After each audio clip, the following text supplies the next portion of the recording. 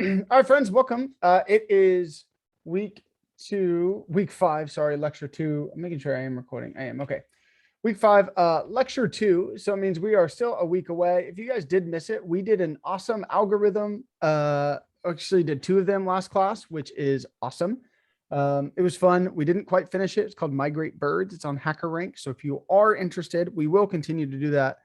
As always, that recording will be up in our class sheet. So if you wanted to go back and catch that, you totally can. But it was just a cool kind of way to start thinking through some algorithms. We're finishing this class up here in the next 3 weeks. So we just wanted to kind of get your brain going with some algorithms. It was really, really fun, which was cool. Here's some housekeeping that I really want to talk about. Discussion posts, as always. I'm like a broken record. You have 2 of those. Make sure you do them. You have 2 assignments this week. Now, there is going to be some interesting things with dojos and ninjas, but we're going to talk about that in just a second. But you do have users CRUD modularization. After today, you should fully be able to do that. With this dojos and ninjas, I was talking to our curriculum team today, and I feel like I told them that, it was a little bit heavy this week on quite a few things. And so we've decided we're going to push the relationships lecture until Monday. Now, this is one of your core assignments. So what we're asking is that you dive in. You try this on your own. There is obviously a solutions page. You can work together, try to do that, still submit the best that you have, but I will be going through that on Monday. So if you kind of get to dojos and ninjas and you find yourself lost and you're kind of confused and you can't figure it out, just turn in what you have. That's totally fine. I will be talking about that on Monday. So just make sure it is still a core assignment and we can't really change that right now. Wish we would have picked that up sooner, but I apologize for that. Just turn in what you have and you'll be good to go there. Is Monday's going to be Tuesday though, right? You're right. My bad, John. Thank you so much. All right, cool. Right there. Yep. I didn't get to it. You got me to it. Yeah. I mean, I'm going to talk about this on Tuesday. So but by Sunday it's still due. So just try your best and then turn in what you have. And if it doesn't totally work, that's okay. Peter did want to let me know that on Saturday, there's going to be just an assignment collaboration. This is a great time to do dojos and ninjas. It's a great time to work together to try to figure out that assignment. And that is going to be Saturday at 10 a.m. in this lecture room. So it's this Saturday, 10 a.m. Pacific time. So obviously do any sort of adjustment if you don't live on the West Coast. That'll be Saturday, 10 a.m. Peter will be here. Some other people will be here. So that is just an open invite to you at all. It is not necessary mandatory. I think it's necessary. It's not mandatory by any stretch of the imagination, but it's just a way that students can get together, work on assignments. And then like my good buddy, John, go ahead. Can we record that? I will not be there. I will not be there. So unfortunately, no. And I'm not going to I can't give recording access to a student. If you guys, I can send a Zoom link if it's useful and I could record on my side in the cloud and then afterwards. That's an option. Yeah, that'd be great. Yeah. Cool. Yeah. Ethan and Peter, why don't you guys get together and figure that out? And so as long as you guys can put that in the Discord, that'd be awesome. And then there will be a recording. And then once I get that, I'll upload it to YouTube and put it on our class sheet. And then just a reminder, Monday, we will not be having class. We are off. It's a holiday. It's Labor Day. So we will not be having class once this Google Sheet comes. Yeah, not having class here, but we will actually do the office hour and lecture on Tuesday. So next week will be a little bit of a double time. We're going to do back to back. Obviously, if you can't make it Tuesdays, if that's not what works with your schedule, it's okay. As always, it's going to be recorded. Every lecture is recorded. Every office hour is recorded. So no worries. We fully understand that might not work for you. But I am going to have that lecture. I want to give you guys just a little bit of a sneak peek of where we're going. Today, we are going to finish up CRUD and modularization. I believe we're going to finish up CRUD. I'm focusing on modularization because that's kind of the most important thing. We've already done some CRUD stuff in the sense of the queries. And there's some different things we might have to do with like update. And so if I don't get to that today, I'll get to that Monday. I really want to focus on modularization. But I keep saying Monday, sorry, Tuesday, I will be focusing on relationships. So just a one-to-many relationship between our book and our publisher. We're going to continue to build out our project. I'm also going to work on validation. So if we're creating something, how do we make sure bad data does not go into my database? And then lastly, if I need to update, then I will make sure that I if we don't get to update, then I'll make sure that we get to that on Monday or Tuesday. On Wednesday, we're going to go over actual login and registration. With that, we're going to build in some kind of security with something we call bcrypt, which is hashing a password. We're going to kind of set it up to where you have a fully functioning login and registration application.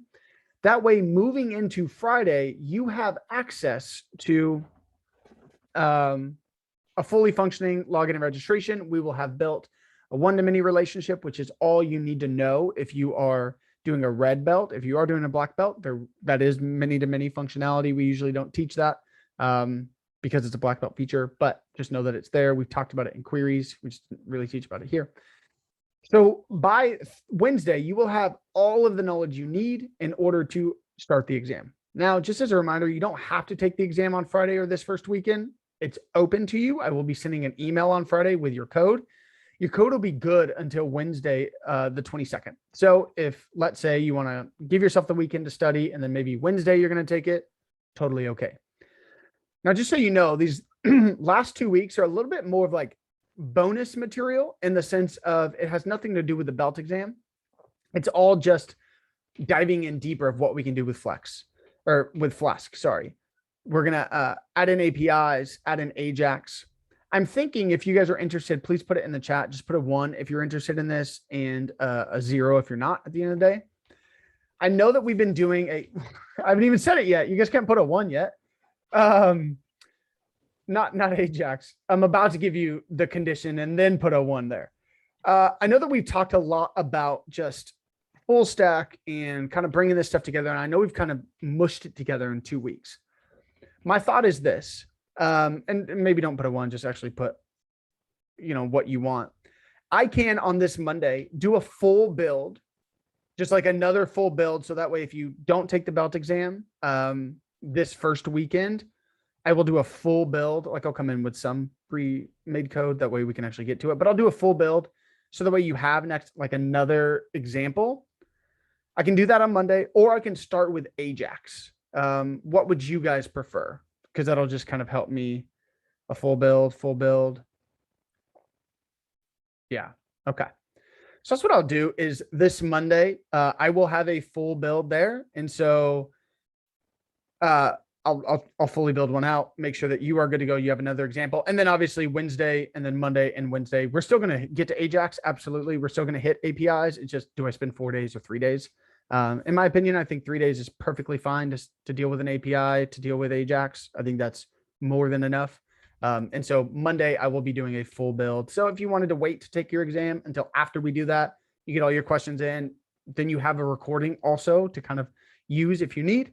That'll be available there for you. So we are, because of that, we are taking it a little bit slower, which I'm grateful for. I think it's going to be great for you guys as well, because you don't feel like you have to all of a sudden in 2 weeks learn everything about Flask and MySQL together. You're going to have, a little bit more time. So we are focusing on that. Any questions on that?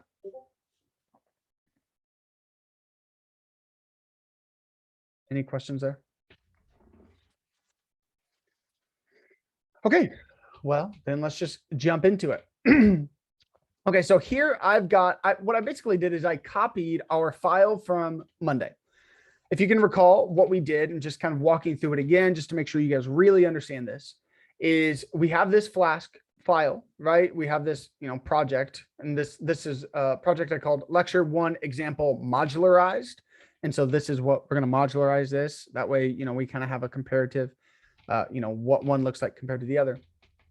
And what we did here is we've got this server.py. This is taking in our routes. It's got our methods. We're generating a connection. This connection is calling on this MySQL connection.py file. Like I said in last class, you don't really need to touch anything. The only thing you should really touch in this file right here is if your username on your MySQL server is anything other than root, you should change it. And if your password is anything other than, I think by default, it's root. As you can tell, mine is root, put it there. As obviously don't put a super secure password. It's just like if you're making Flask stuff, don't put a super secure password for your database for right now, because, we're doing this.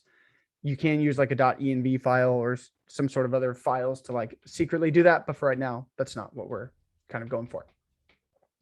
Cool. So we did that. Then we have this server.py that imports, Flask and render template stuff we've already done. We do have to bring in MySQL connection in order for us to actually use this connect to MySQL. So we do have to import that file. And then we did some stuff, right? What this does is this on my index route queries, it makes a connection to my database. Then it queries my database with this query right here, gives a value in this results, which is a list of those dictionaries. And I do the same thing, remembering that if I create a connection, I have to do twice, right? Because our connection py file in this, if we're doing it this way, it does auto close self.connection close. So if I wanted more than one connection for this kind of style, if I wanted more than one connection within a method, then I did have to establish a new connection. I did that way. It generated this guy right here.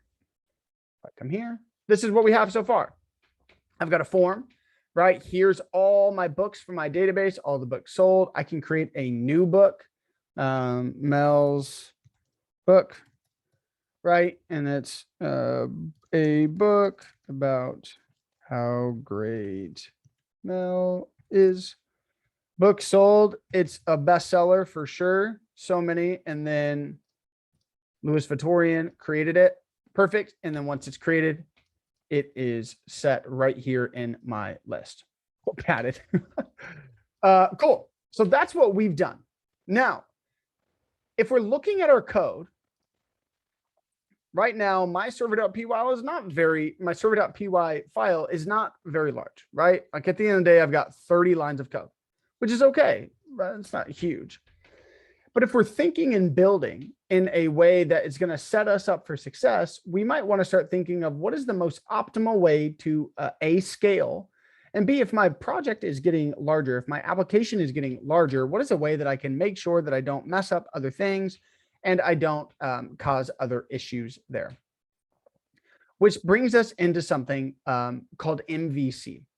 Now, if we're in the platform, it does talk about MVC right here.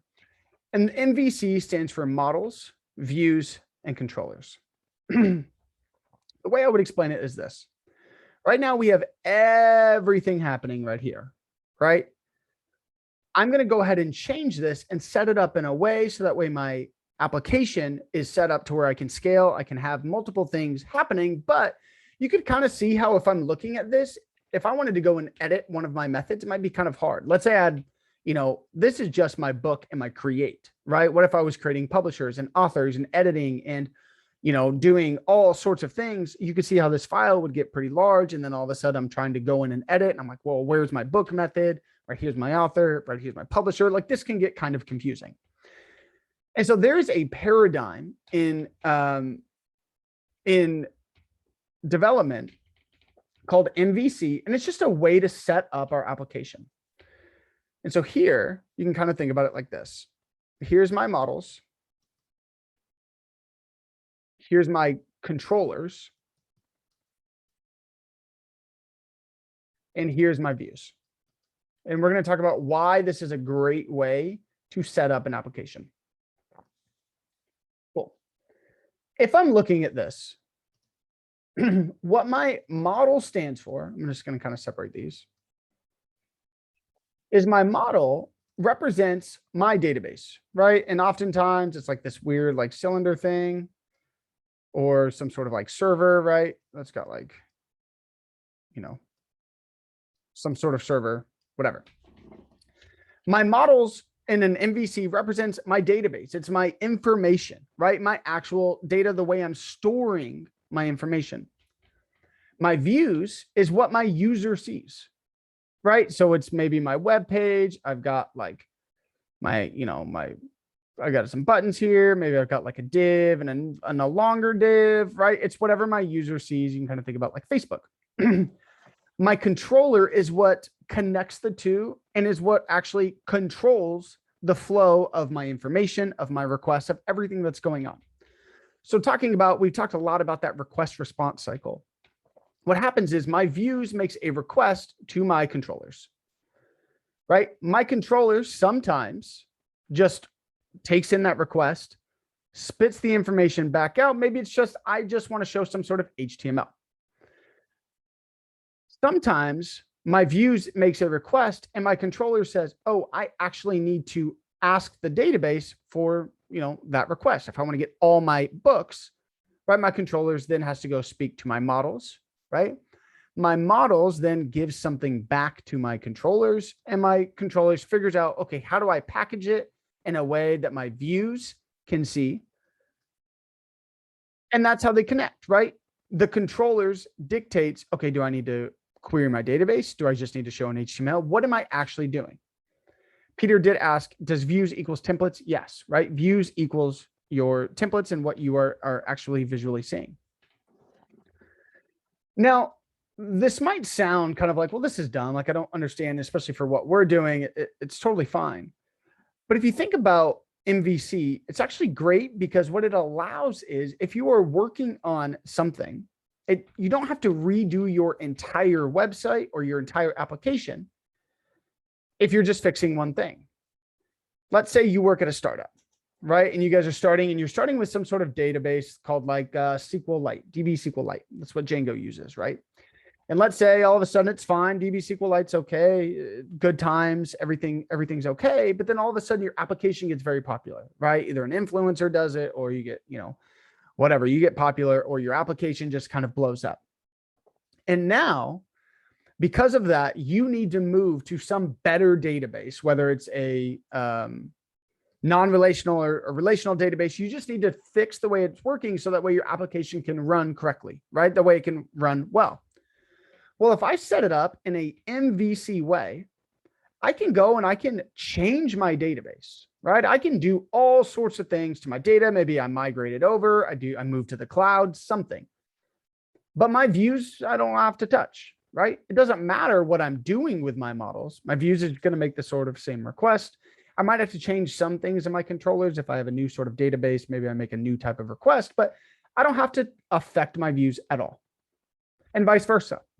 Let's say I create an application and it's running great. I've got my models, I've got my controller, and I decide, hey, you know what? I've heard this new library of JavaScript called React is dope. I'm going to create my front end stuff is all going to be in React. Well, if that's the case, yes, my views is going to change, right? I'm going to write that differently. I'm going to implement that library. I'm going to implement that code. Maybe my controllers does change because I'm showing something differently or I'm doing a single page application, whatever, but nothing has to, my database does not change, right? It doesn't change the way it queries. It doesn't change anything like that. And so by doing this MVC, it allows us to compartmentalize our code to where if I'm changing one thing, it doesn't affect all the pieces, right? I can go in and I can really change one thing. Even to an extent of we don't just have one blanket models, but we split our models into pieces. So I've got this books, publishers, authors thing. If I want to change my books, let's say I want to add a new sort of, column. Well, I can just go and then affect my books. Let's say this is books, publishers, authors. I can go in and change my books, right? It doesn't have to affect my publishers, doesn't have to affect my authors. It does not affect my views, right? If I have a new column, maybe on my table, I'm showing that new column or maybe not. Maybe I just add that query in my controllers, but it is a way that I can isolate that code to where if I am changing it, I'm just affecting that code. Now, just know MVC is a very popular model. It's not just a Flask thing. C# is in MVC, which is one of my favorite languages. A lot of just applications in itself really kind of follow this or set it up in a way to where you kind of have to follow this. Django does something called MTV, but it operates the same way, right? It's kind of the same sort of thing. You have some sort of compartment that is going to do your logic, right? You have some compartment that's handling your data, and you have some compartment handling what the user sees in their request. Are there any questions on an MVC model? Any kind of confusion there? Does this make sense?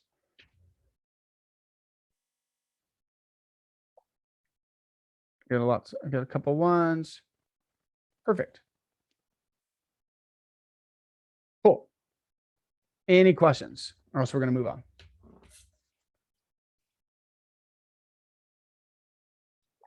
All right. And again, for our file right now, it might not seem like it's a big deal because our server PY is only 30 lines long. But let's say, we had a bunch of different models. Let's say we had 10 models and each one of those have, at least 4 things. Like all of a sudden now we have 40 methods, and then it can kind of really get confusing. And so what this allows us to do is, like, when Facebook created React and moved to that front end, it doesn't have to mess with their models, right? It doesn't have to mess with their data. They just affect that. You can also think about MVC from a sense of like a mobile perspective. Maybe the way that views is given because of a certain screen size is different. But if I'm on Facebook on my phone, or if I'm on Facebook on my desktop, they might look different, right? The views changes, but the data being queried is the same, right? I'm still seeing posts. I'm still probably seeing the same posts. I'm still able to do the same functionality. And that's because it's set up in a way like this, where it compartmentalizes your models, your controllers, and your views. Cool. Does the server call each model? Yeah. So this is my server, right? My controllers is going to act like my server PY, right? We're going to have a server PY, but it's going to sort of act like that, right? My server calls my models and gives it back to my views. You can kind of think about it like that. Kevin asked, at what point would one say, whoa, that's too many lines of code, or is it pretty subjective? I would say that you would actually, you plan for scalability, right? So you plan on like, okay, how can I set this up to, if we do blow up, or if our application does become really popular, what's the easiest way to scale? What you don't want to get caught in is having something that you think is going to be very small and doesn't have very good scalability. And then all of a sudden, it blows up and your servers aren't great, or the way, your queries are long, or the way that, your stories are doing it, or your posts or something like that. So you do always just really want to plan for scalability transparently, because it's way better to kind of do the extra work. And then what's worst case that happens, it kind of fizzles out, but you scaled and you're good to go, or it doesn't fizzle out and then you're not crumbling because you have already planned for that. Maybe you just need a different database, or, do something like that. Cool. Glad that we can understand that. So if we're looking at this, we're actually just going to go ahead and basically follow the platform here on modularization, just to really see exactly what's happening. So I'm actually going to put this. Oops, I don't want that. I'm going to put this like this. Okay. So we can really follow what's happening. This is currently where we're at, right? We have this unmodularized, just files.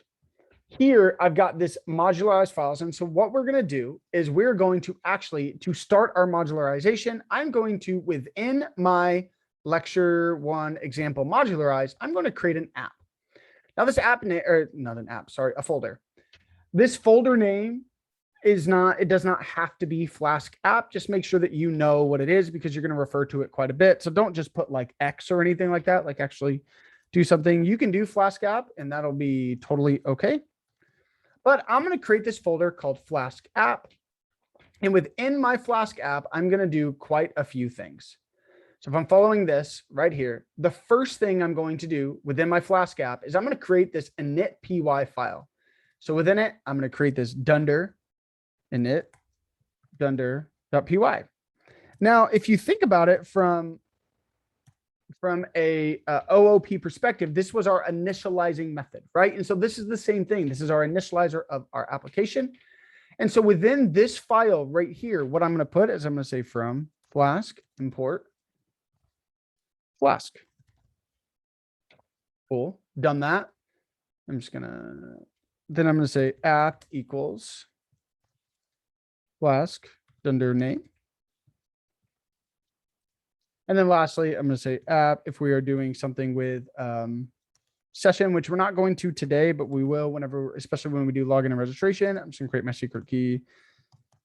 Pizza. Football is life. If you guys have ever seen Ted Lasso, you'll know what I'm talking about. Cool. So I've done that. I've created my init py, and then it says remove above lines from my server py. Cool. So I can come here. I can remove this Flask portion. We'll end up removing all of this, but for right now, we're not going to do that. And then we're going to delete this guy right here. Cool. Now, my server py is still my main file, right? It's going to call on something, but it's still my main file. So what I want to say is within this, I say from, and this is where that name comes in because you're referring to that folder. From Flask app, I want to import app. Cool.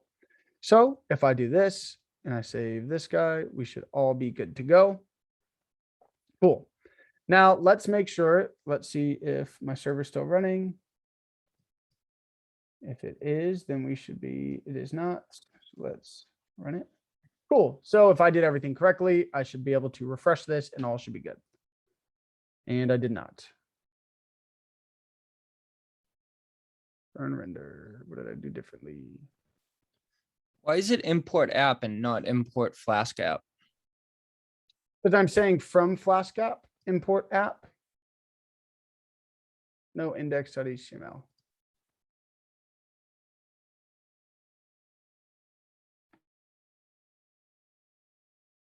There we go. Sorry. Because I created my app, I do also have to put my, it's now going to look within my app for my templates. So I forgot to put that here. I do need to put my templates within my application.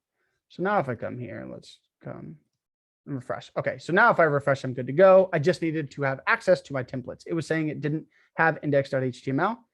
I was saying import app, right? Using app.route, but my app creation was in my init py right there. And so my templates is also goes there. If I have a static file, it'll also go within my Flask app. Cool. John, did that make sense? From Flask app, that is my folder name. And then app is referring to this right here, this creation of my Flask server. Cool. Awesome. We have modularized that part. Now let's move on to my controllers. So we talked about in my MVC, my controllers are going to handle a lot of my logic. So let's go ahead and see how we are going to handle this.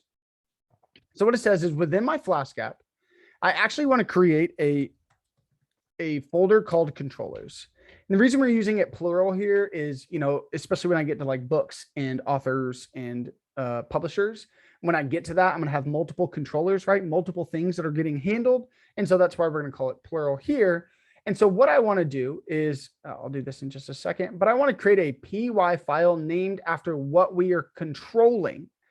So everything controlling my book, I'm going to call that, I'm going to create a file called books.py. Usually the convention is for it to be plural, right? For books.py and not just book. And then when I do that, I also am going to say from, I need that application. So I'm going to say Flask app. That's my folder name, import app. Perfect. Then I'm going to say, if I come here, all this stuff right here, I'm actually just going to bring into this. So if I come here, I'm going to import my, from Flask, import my render template. That way I have access to all of that information. And if I wanted session, we're not going to use it, but for right now, we'll probably build on this. So I'm going to bring in session. Perfect. Now, one thing I also want to note is I'm going to have this controllers, this templates within my Flask app. I also am going to have this config file. So this config file is actually what my MySQL connection.py is going to be in. So because of that, I do need to have access to this MySQL connection. So we will see how we will do that in just a second. So I've done that. I've created my PY, move all the app routes into there. So in my controllers, I'm gonna kind of move this over. In my controllers, I'm going to come and all of these have to deal with my book, right? I'm creating a book and I am getting rid of a book, or I'm creating a book and then getting all the books. And so I'm actually going to move all those routes within my controller. This is going to be where all of my sort of not my logic per se, because we're going to get to where that logic really goes. But this is really going to be where I kind of query and kind of the brain matter of my logic. Now notice this says connect to MySQL undefined variable, which means if I go to my server PY, I do have to bring in this MySQL connection. Let's bring that in here. Somebody asked, does the order of the form input matter? So this guy, no, it does not. Doesn't matter. Perfect. Okay. So I've brought in all of my app.routes, put it in my books controller, right? I have my config. We'll see what we do with that here in just a bit. But now my config file is where my MySQL connection works. Okay, perfect. Now let's see what else we have to do. We've done that. We've added that. Now, and this is where I really want to focus a lot of our time, is we're going to talk about our models. Now, like I said, when we're dealing with this, we really want to compartmentalize our data and what we're doing. Peter, you have a hand raised? Okay. I don't think so. I think Cole's good. Yeah, I no, just wasn't well, sure. it was the way Yeah. Will asked it was, or Okay. answered it was exactly what I was asking.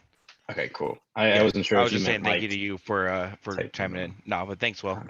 Yeah, of course, Cool. of course. You're good. Oh, good. No, and if you guys have any questions, this is, I kind of set it to where, this should be very kind of, I want to make sure you guys really understand modularizing, because moving forward, we're really going to kind of expect that everything's just modularized. So I really want to make sure today we have that. And then, if we need to do update and delete, that's a very simple thing.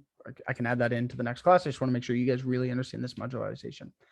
Ahmad asked, is my server PY, if that's equal to my books? No. And here's what that means. My server PY is still the file I'm running. This is still my server file. Now I have an application here that has all this functionality. But one thing to note is I can have multiple apps, and we're going to see this when we get to login and registration. We're going to have a login reg app, and then we're going to have a Flask app. My server file, though, this name, if dunder name equals main, this app.run, this is what is running my file. Now it is very bare bone. You can look at it and you're like, wow, this literally has nothing in there. It is very bare bone, but this is what's actually running. The functionality is what is in my controller for now. Right now, my controllers have my app.route. It's got my connections. It's got my results. It's got my publishers, what to do, blah, blah, blah, blah, blah. We are going to change this a little bit, but my books has basically when a request is made, the request is going to come here, right? Server is still what's running everything. It's kind of like you turn it on and that's the engine. When a user makes a request, it will go to my controller. My controller will dictate, what do we do? Do we just give it another, do I just give it a HTML? Do I query the database? What am I supposed to do here? But my server.py is still kind of the motherboard, the main piece. Cool. You got it. Awesome. Now, like I said, we're going to compartmentalize. We have our models, we have our views, and our views just equals, just like you said, Peter, is our templates. That's just kind of what my user is seeing. And then now we have our controllers, we have our views, and now I need my models. So within my Flask app, I'm going to create models, not modals, models. Perfect. Within my models, I will have, you can kind of think about it this way. For every table that I have in the database, not meaning the like many to many table, that's not what I'm talking about, but the table of like my book, my author, my publishers, you're likely going to have a model in that for your, you're likely going to have a model file of each table that you have. And so for this, we're just going to focus on books right now. We're going to continue to build on this application so we can see the publishers and stuff. And so here, what I'm going to do is I created this models folder. Within my models folder, I'm going to create a book.py. Now, this is a singular instance of my book. That's how we're kind of writing it, because we're going to create a class. Now, before I create a class, you can see create models, models folder within that, done that. We've already done this. It's kind of there twice just to remind you to do that. Then we're going to move. We didn't do this burger py file. That's kind of at the beginning. I told you that I did a little bit different than the platform because I think this is a little bit easier to understand now that we're getting into it here. But then we are going to change the important statement in burger py, which is this guy right here. So what I am going to say is I'm going to say from Flask app.config.mysql connection. This is saying in this current application, right? Go into this folder, and this is what I want to have access to, right? I want you to go into this app, go into my config, and it's this file, MySQL connection. I want to import, and then I want to say connect to MySQL. Cool. So I went into my Flask app, my config folder, and I am grabbing that file, and I'm saying from that file, I want to import that guy right there. So now I have access to it. All right. So now I'm going to create a class for my table. So here I'm just going to say class, and we are going to call it book, right? Because that's what we did. And if you guys remember, I've got this def in it,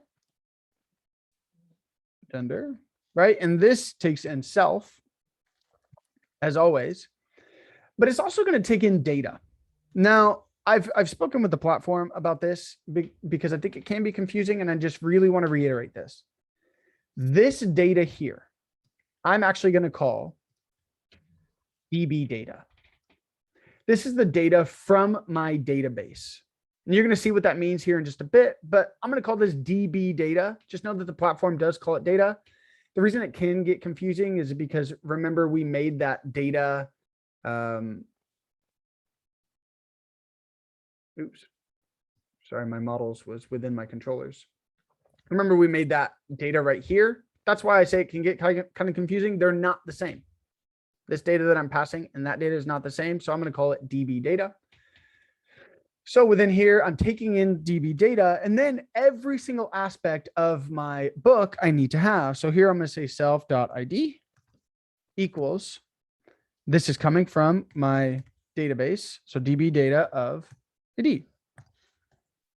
And then just remembering I have self title, I believe, equals DB data of title. And let me pull up actually MySQL workbench just to make sure that I have everything correct. I think we had description. So I'm just going to say self description equals DB data of description. Now, one thing to note, this is from my database. This is the value in my column. Now, your self dot does not have to be the same thing. So if this was unicorn, this could be that, right? These do not have to match. But if we're being honest, there's not really a good reason for it not to match. So I would say definitely just keep these the same. Just know that this can be kind of whatever you want. This is coming from the column in my database. I have it pulled up here. Sorry, that way I can just kind of fly through it. I've got a self dot publishers ID, publishers equals DB of data of ID. I've got a self dot books sold.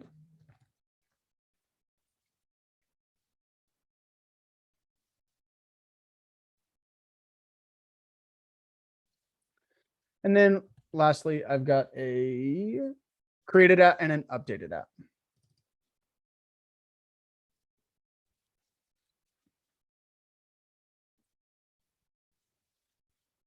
Perfect. Okay. So we've got all those guys right there, right? We have this file. So far, we have this class of book. And if we're remembering from OOP, we have this init method that takes in self. And then this is taking in some sort of database functionality.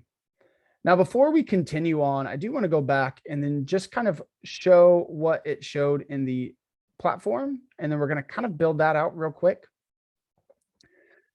Here, I've got this class method. Does anybody remember what a class method is? What's the difference?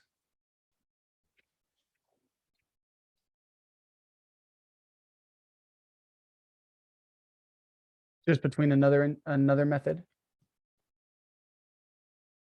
Yeah, exactly, Peter. it can, and same thing, Wesley, it's called by the class, but it's not an instance, right? So a class method is something called by the class and not an instance. Way to go, guys. So here I've got this class method called get all, right? And what it does is it takes in CLS. We talked about that when we talked about our class methods. Instead of taking in self or anything like that, it takes in CLS. And here I've got this query that says select all from books. What I'm doing here is I'm creating this method within my model. What's nice about this is if I'm, as you're kind of seeing, and I'm completing this, right? I have my results equals. Now I can say my connection, right? There's a couple things I kind of want to talk about. I can say this, right? Connection equals connect to MySQL to where I pass in my database that I want to work on, which is books and books publishers, right? I can do that. Then I can say connection dot query DB, or I can do it something like this, where I could say connect to MySQL books publishers.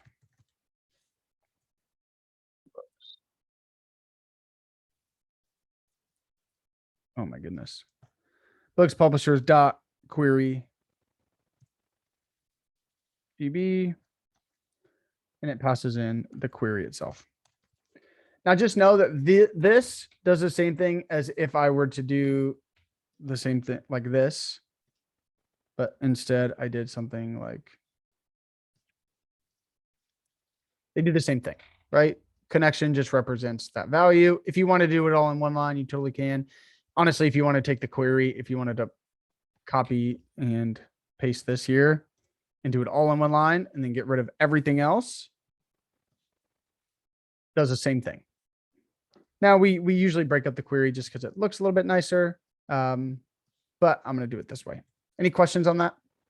Any questions on the reminder? Cool, makes sense. Cool. So there's a couple things I want to talk about. There is something called a class variable, where if I wanted to create some sort of variable up here that equaled books publishers, I can, and just refer to that. You might have seen that in the platform. If you wanted to do that class variable, you totally can. I'm not going to, but that's an option here. If you don't always want to put your database name, you could just say something like DB, et cetera, and then you will be good to go there. The other thing I want to point out is this can look a little bit confusing, and I want to make sure that you guys understand what's happening here. So here I have my results of my string or of my query, right? So this line is querying my database and it is selecting all from books. I'm just going to put query here. What this returns to me is a list of dictionaries. These dictionaries are just from my database, but they're not an object. I know that sounds kind of weird because you're like, wait, what? Dictionaries, objects? Just know that a dictionary is something that in this case is returned to me, but I can't have any functionality on each individual aspect of a dictionary. So what this line does here is this creates an object instance of my dictionary, which then allows me to create instance methods and do something with that. So let's just say books equals an empty list. And then I say something like this. I say for book in results, right? So I'm iterating through that list of dictionaries. I want to say books dot append. So I'm adding to my books list. And what I'm adding is actually a class instance of my book.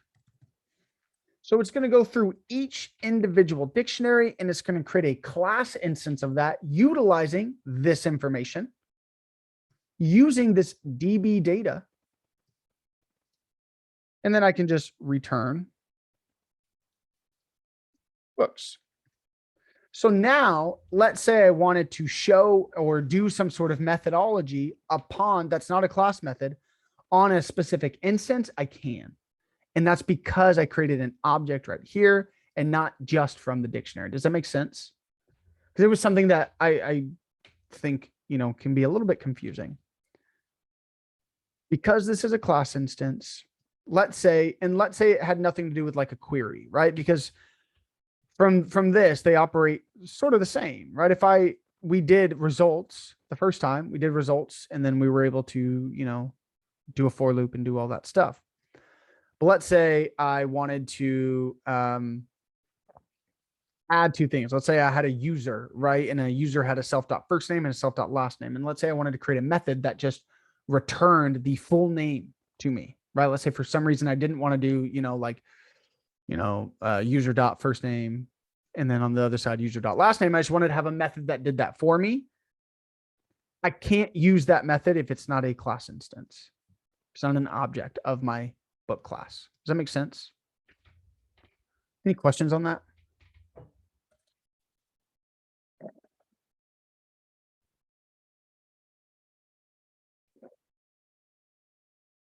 Yeah, so great point, Peter. When I say the CLS book, this is calling an instance of my class, which then runs my init method. That information that's coming from my database is a dictionary of key value pairs, right? Well, I'm passing that dictionary information to this init where it takes in the data, creates that instance or that object of my book that says self.id is the database ID. So it's the key of ID in that value of my book or whatever class you're in. The CLS, by saying this, runs this init by default. John, Ethan, Derek, Juan, how are we feeling about that? Blake, Tori, Dennis, Giovanni? Cool. Point 4. Is there anything I can clarify, Ethan? What's not quite sticking? Yeah, I kind of get the idea here. It's tough to put a pulse on it. So I think what I'll do is I'll just try to mess with it myself, and make sure I can understand how to use it and how to think through it, and then come back afterwards with questions. I think that's a better approach, to be honest with you, because I can't even vocalize what it is exactly that I'm not grabbing. I'm just not completely getting it. Yeah. Okay, sure. Yeah, and feel free to reach out to me with any questions that you do have on that. Okay, well, is this class method is something that we're going to have to create for every model file? Basically, for every table that we have in our database, we're going to have to add this. This guy? No, the get all, the class method. It'll be totally dependent on what you're doing. And so like for our publishers, and you'll see kind of how this comes full circle. Like, let's say our publishers, remember that whenever we had our, currently we have our controllers, we have this publishers piece where we're getting all publishers. I would actually have a publisher.py that has the same sort of thing, right? And it would have a get all methodology. That way, now we'll see what we can do here, where I actually am not going to call this anymore because my connection is now in my model, right? This is that method that I'm actually going to call. So it depends on what you're doing. These methods is where we're going to create the methodology for basically everything we have, but basically everything that has to do with a model is going to come into here, and our controllers is where we call that method. I'll show you what I mean. So here, in my controller, we have another import. I'm going to say from. I have it called books, right? It's my books file. Import my book class. So instead of me doing this guy, what I'm actually just going to say is books equals book dot get all. This right here. So when this comes here, this method runs. It creates this variable called books, which I now can say like this. It goes into my class of book, right? This book. It runs this get all, and it runs this value for me and then what it returns is this list of books. And so now from the front end, I have this books, which is my list of now objects. If I wanted to do something with it, I could. So all my controller has is this. If I were doing publishers, let's say I had a publisher PY, then I would say publishers equals, let's comment this out.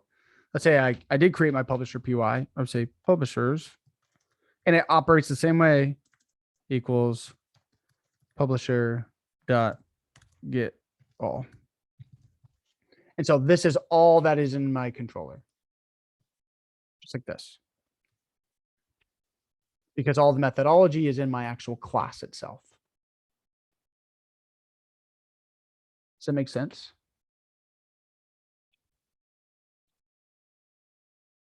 Go ahead, Kevin. So just kind of clarifying for myself. So now if you import publishers, you can display all books and all publishers on or through that app route, that the index one. Yeah, so let's actually just go ahead and create that, right? We shouldn't take too long. We've got from publishers, import publisher.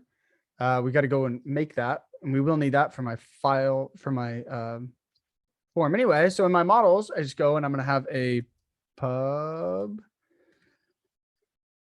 publisher.py, right? So in my actual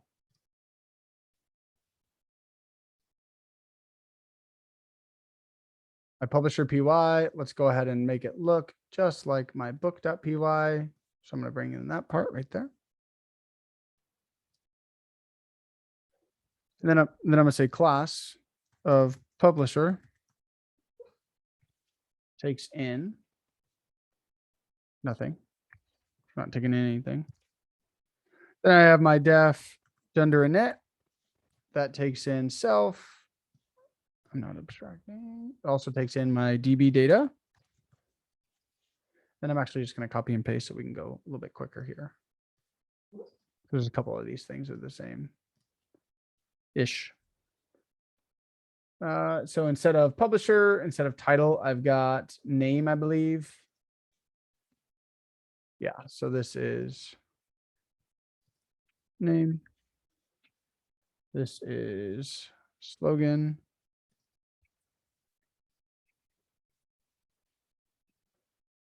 I don't need this guy. And then just create it out and update it out. So I don't need these two.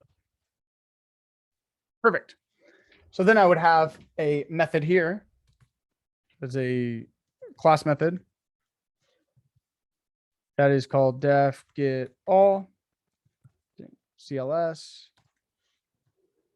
And then what it does is it's got a query, right? That is select all from publishers. Perfect. And then I'm going to say something like results equals connect to MySQL, the books publishers, right? Dot query DB, and I pass in my query. Perfect. Then I'm going to say something like publishers equals an empty list. And now I want to create that object, right? So I'm going to say for publisher in results. Then I'm going to say publishers dot append. I call that class. I want to create a class instance of my publisher. The CLS calls this init. It gives it the data, right? And then all of a sudden I just return publishers. So now I have two models I still need to bring that in to my books, right? Because this is just like my base route. So I bring in publisher right here. I import the publisher class, which is this guy right here.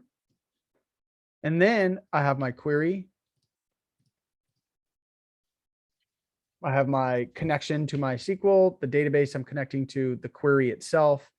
It gives me back this list of dictionaries. I create this new list. I iterate through my list of dictionaries, create a list of objects, my public class objects, and then I return that. So now in my books, if I were to just run publishers equals publisher dot get all,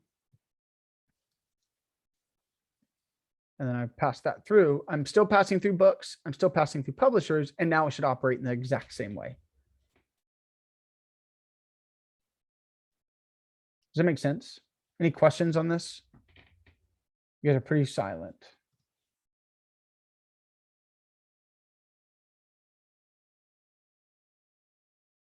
Let me start my server and we'll see if it runs. Okay, my server's running. That's important. Now, if I refresh, it says not found. Oh. Does anybody know my mistake? Anybody know what I did wrong? Let's go check. Let's go see what I did wrong. So it's showing that my URL is not found. Okay. So I'm in my controllers. That's where my URL is. I've moved that. I moved the app.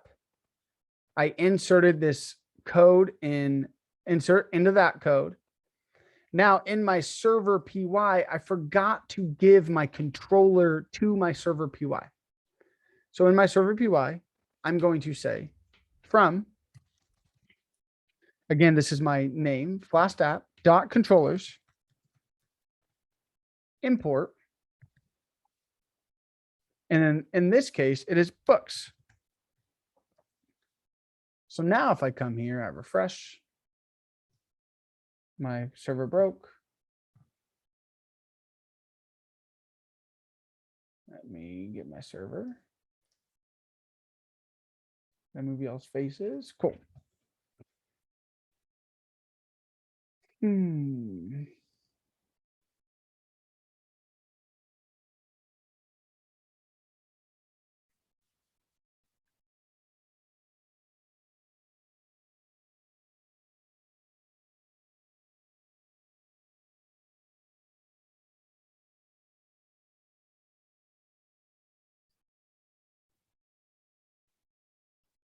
So it's giving me an error that's saying no MySQL connection. So I believe I have to say config MySQL connection.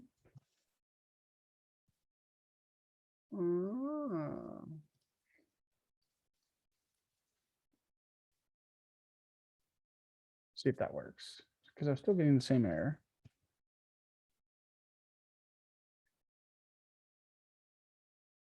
A module name books.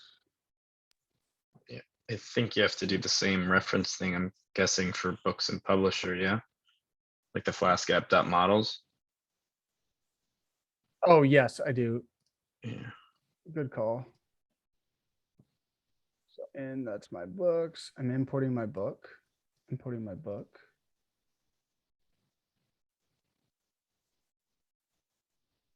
Import burger.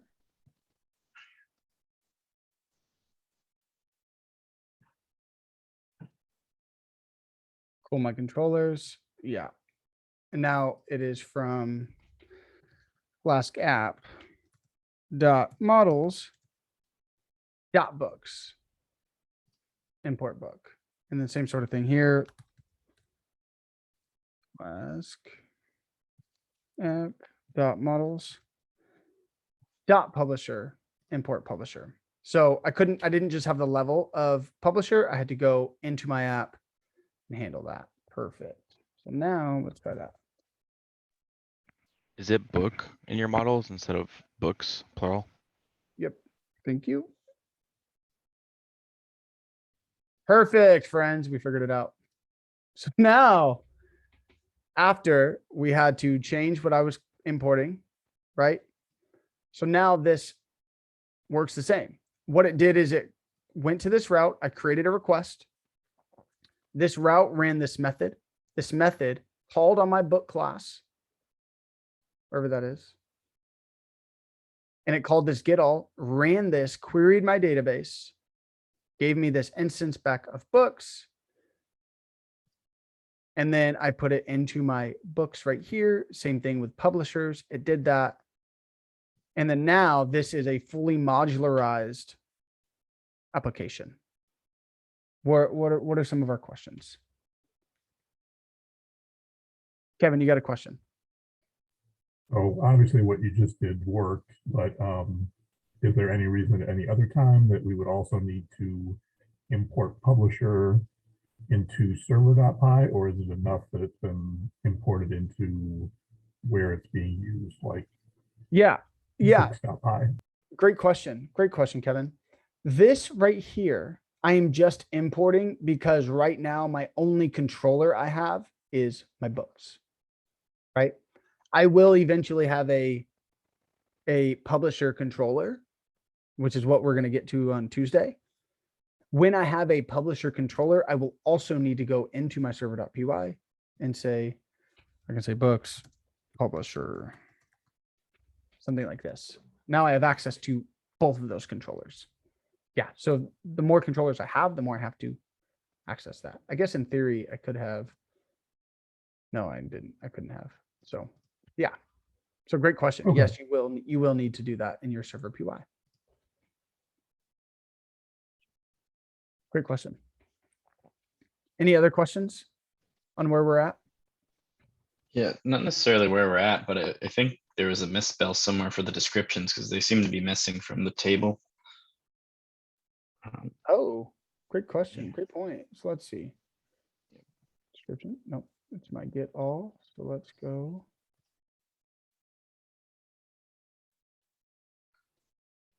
TESCRIPTION DES. Ooh. Thank you. Now if I refresh, there they are. Good catch, Peter. Eagle eyes, man.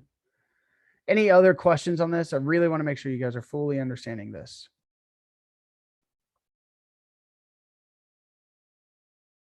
So just to reiterate what we've done, instead of having everything in my server PY, I gutted that thing, gutted it like a fish. Then I created this app, this folder right here. I called it Flask app. This folder now has 4 folders within there. If you have a static folder, it also goes in here. It's got my templates. It's got my models, my controllers. This is my functionality aspect, and then my config. This is my file that is connecting my database. Then I, in my controller for this one,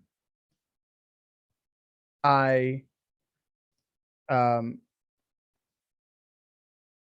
created these class methods called get all and publisher, set it equal to these variables and pass them through. Now I will do the same thing here. So I'm going to have a, and we can build this out right now, but I'm going to actually do no more queries within my controller. It's all going to be done in my actual model file. So if I have a method here, it's going to be a class method called dev create book.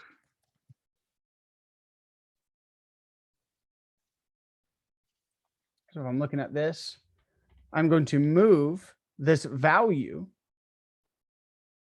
into, they called it save here. You totally can. I like to do create book because that makes more sense to me. Now, obviously these do not have to be the same. This create book and this create book, they don't have to be the same, but you totally can. But then I'm also taking in that value, remember, or data.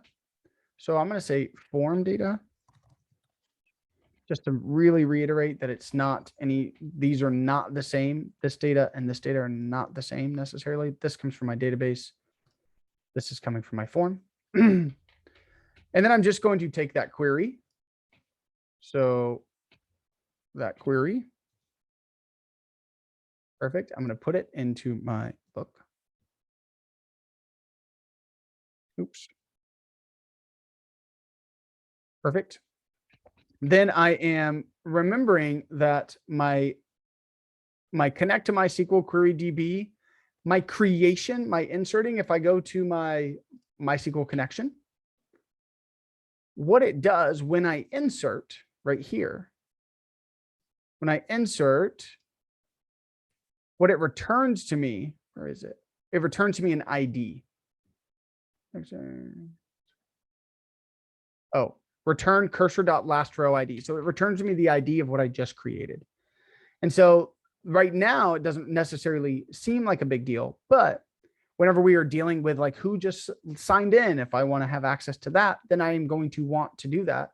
I'm going to want to have that ID. So I'm just going to say book ID equals, and I'm going to actually run that connect to MySQL. It's going to be books, publishers,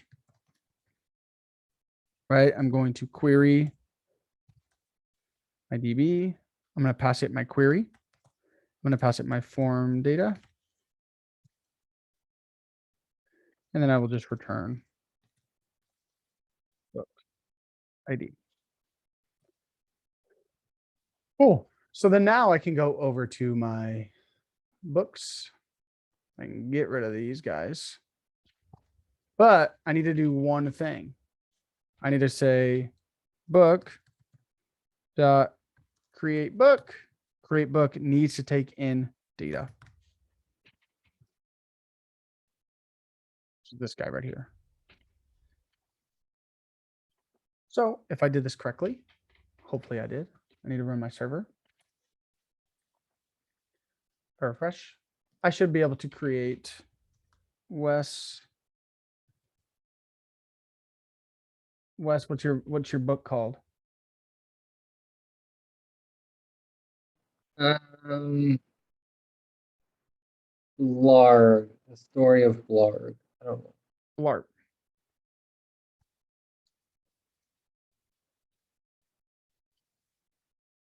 BLARB. The story of Blarb. Pretty popular. Hastings, when I create, hopefully works the same. Yep. So now I have taken it instead of, I don't even need this connection anymore. Right? Because my connection's already in my controller. So now I'm good to go, right? I have a method that takes in my form, creates my data. I pass that through to my actual model. I run this create book. It takes in this form data, my query, my book ID, and we're good to go. So now we shouldn't in our actual books. Remember when we had to continue to make a brand new connection? We don't have to do that anymore because now we're actually just going to call that method just like this. And each method is going to have that connection in there. Any questions on this?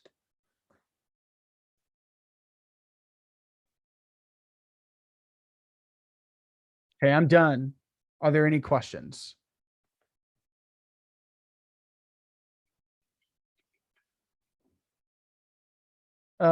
Peter asks, so the hierarchy is SQL Server reports to models, models reports to controllers, which also handles session data, form data, etc. Controllers reports to the server. Yes. Is that right? Don't know if anyone else, but it helps me wrap my head around where I'm at. Yes, absolutely. So again, if we're going back to this MVC model, right? I've got my MCV.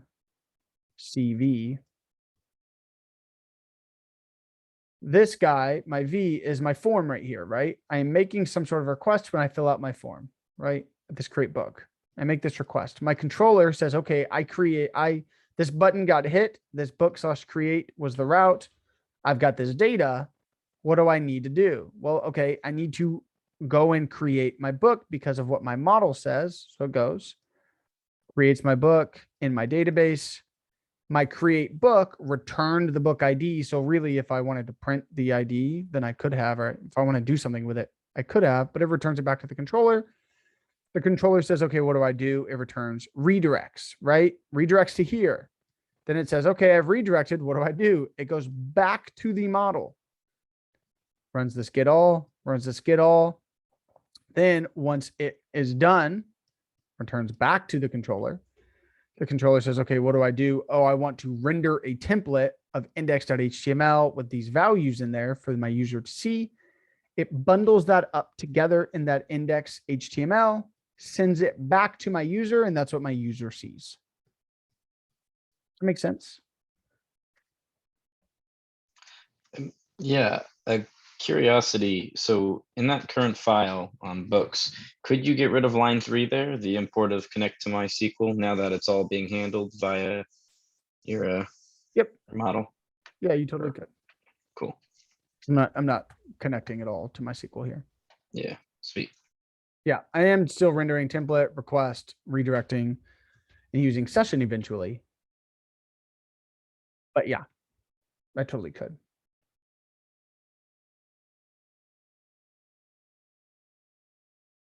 Somebody asked, does get all always need to be named get all? Nope, that's just an arbitrary name. You totally can make it whatever. I mean, get all makes sense, but if I wanted to say like get all books or all books, totally works fine.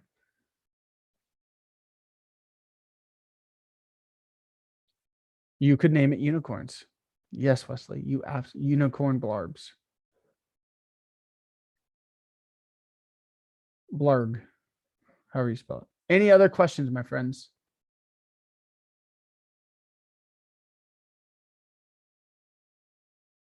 Okay. Well, that's all I have for you tonight. We're going to continue this next week. We will do our update and delete. Those are pretty simple. We'll do our relationship and then hopefully work on validations. Worst case, we'll do validations with our login and registration and I'll be good to go. So I hope you guys have a wonderful night, a wonderful weekend. Enjoy. Don't forget your Monday is off. So I will see you guys Tuesday.